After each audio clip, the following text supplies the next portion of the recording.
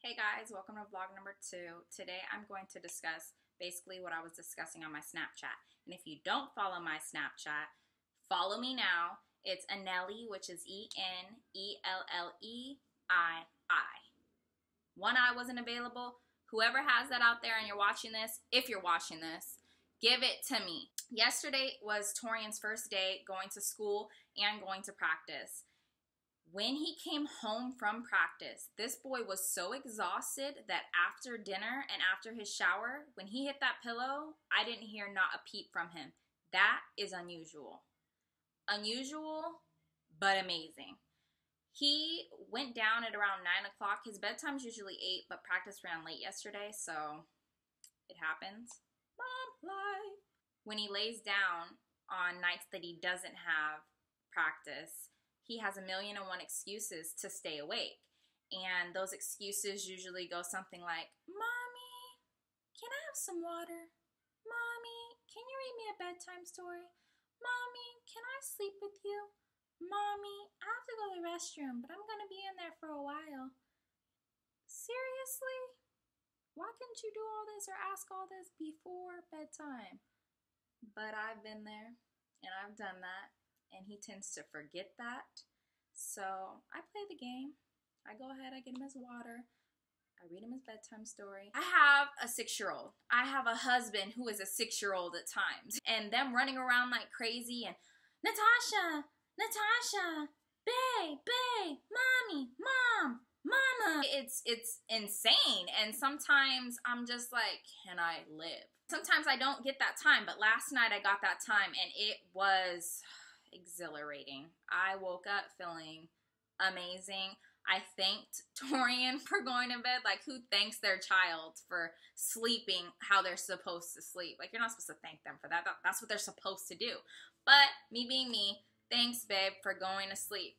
He couldn't help it. He was exhausted. This is a short vlog because I just want to express that silence is key sometimes. Having a life where it's hectic and things are going on 24/7, more like 25/8, it's great to have that silence. I have time to think to myself. I have time to relax my mind without the interruption of mommy, bae. That's an impersonation of my husband. He doesn't really sound like that. I can't. Just work with me, all right? I just feel that silence is an important key to life. I feel like last night on Snap, after snapping and after telling everybody how happy I was that my son went to sleep, I was actually able to relax in that silence. And I don't get that a lot. I don't get silence. Like I said, I have a 6-year-old and then my husband is a 6-year-old at times. So if you get that time, that silence, soak it up. Swim in that silence because I was swimming last night in that silence. I have never experienced that before because my son's never played a sport. And with him playing this sport, I knew as soon as he started school that the days were going to be long, you know, really busy. And he's not used to that. I mean, he runs around crazy all day, so it was basically like a sport. But this was him running around crazy and a sport and school. So all those in one, yeah, night. That's what that means. I just encourage anyone, when they get that silence, soak that silence up because it doesn't come around often. And as a mother, as a wife, you constantly have people tugging at you. It can be more than just your child or your husband tugging at you. Going to work and whatever you do, what profession you do, you can have that tugging on you. Just the world at your feet, it's like you're sinking into sand.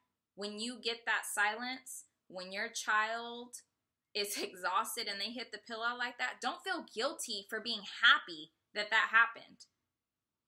Live it up. Soak up the little things because him going to bed like that and him usually not going to bed like that, I soaked that moment up and I lived in that moment. I was happy. I couldn't stop talking about it. I didn't feel guilty for feeling happy that he was asleep because you know what? I'm a mom. I'm a wife. I go to work and I feel like I sometimes have the world pulling at my feet and I never get to hear my own thoughts. But last night, I was able to hear my thoughts. I was able to hear myself speak. I didn't have anyone pulling on me. I didn't have anyone calling my name. I just had that. So that pretty much sums up vlog number 2. Just the fact that I got silence for the first time in a while. And if you get it, swim in it. Swim as fast as you can in it. Actually, just backstroke or front stroke, whatever. I don't care what you do, but swim in that silence because it doesn't come around often.